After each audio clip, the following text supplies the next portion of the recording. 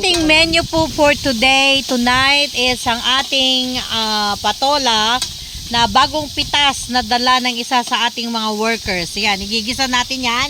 Gagawa tayo ng miswa. Tapos, sinahugan natin ng, ayan, ang ating smoked pork. Una, ayan ang ating cook, si Delia. Gigisa niya muna yung meat. Ayan, oh, di ba? Oh. Tapos mamaya sasawgan niya, tapos papakuluan niya yan ng tubig. Ano, yung lalabas yung flavor ng ating ini-smoke na pork. Yan. Paulit ha, yung mga gusto ng very flavorful na mga gulay. Kahit konti lang ang isasahog ninyo, basta ini-smoke nyo, magiging malasang malasa. Hindi nyo na kinakailangan ng magic sarap o betchin kapag kayo merong smoked meat. At lalo na, nagluto kayo sa apoy. I mean sa, ang tawag ito? Wooden kalan na wood, firewood. Yan. Ganyan ang mag-video para kita. Oh, yan. Ang bango! Ito ang ating dinner.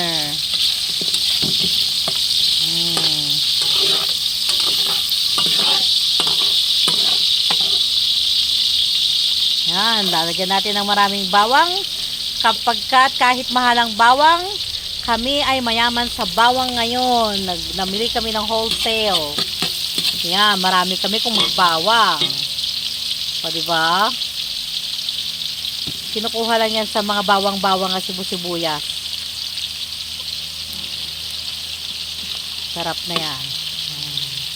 Hindi natin tuturuan si Delia dahil siyang may diskarte. Pag tayo nagluluto, may sarili din tayong diskarte.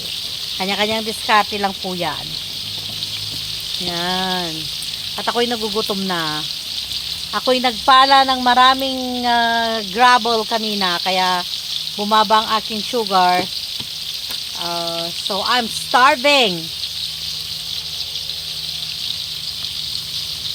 Basta tayo, taga-video lang tayo, wag tayong makikialam kahit nasusunog na.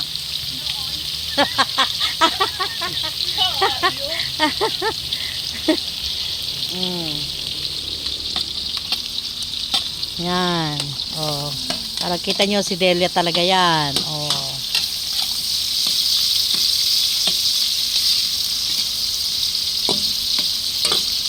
Bango. Naku, kung naamoy nyo lang sana. The bawang, the sibuyas, plus the smoked meat. Oh, smells so good. Wow, wow, wow, wow, wow. Yes, gisa-gisa lang yan. Then lalagyan niya ng tubig. Papakuluin para lumabas yung flavor ng meat, lumabas yung flavor ng sibuyas, lalo na red onions ang ating ginagamit. Red onions para sa akin is always more flavorful than white onions. I love red onions. Yan. Ito na lang kasing lamp ang ginagamit namin. Yan.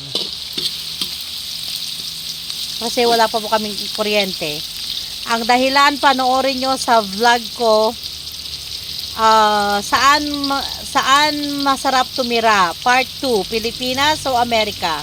Doon po malalaman kung bakit wala pa akong kuryente. Yan. Lalagay mo ng tubig na. Oh. Ayan, tapos mag-gisa-gisa hanggang nag-caramelize ang ating onions and garlic. Bumabango na yung garlic. Oh. Dahil may smoked meat siya, talagang pakuluin mo siya para yung flavor niya talagang lalabas. Ayan. Ayan. Siguro baka kukulangan ko pa mamaya sa dami ng miswa. Okay, and then we cover hanggang pakuluan natin ng pakuluan. We'll be back, guys. We'll be back. pagkatapos ipakulo, lumambot yung meat, ilalagay na ang patola na fresh mula sa kapitbahay ng aking worker. Sabi niya, kinuha daw niya sa kapitbahay. Yan.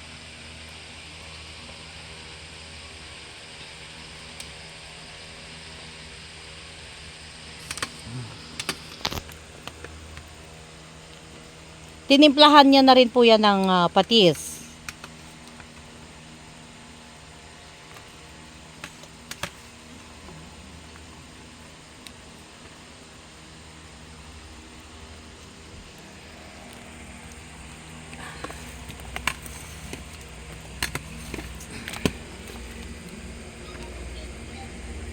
Tapos iluluto mo pa, half cook mo pa yan bago ilalagay yung mismo or isasabay mo na?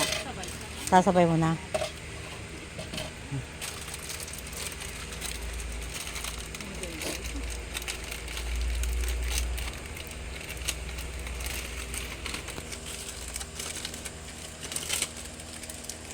Nako, excited na ako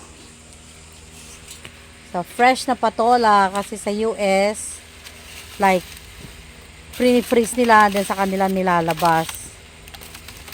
O kaya yung hindi na fresh, nangingitim na. Yan. Then mix.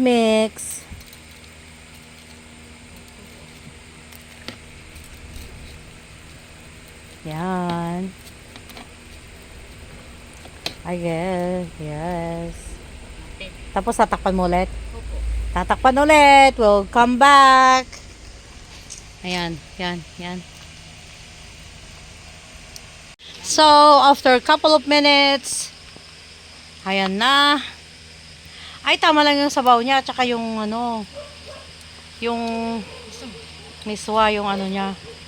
Consistency. Ha? Yeah, well, kung anong meron dyan, di. Yun. Parang hindi ba malusaw? Siguro no kalaban data katagpapadyo ko niya. Parang masyadong marasyo. Yan.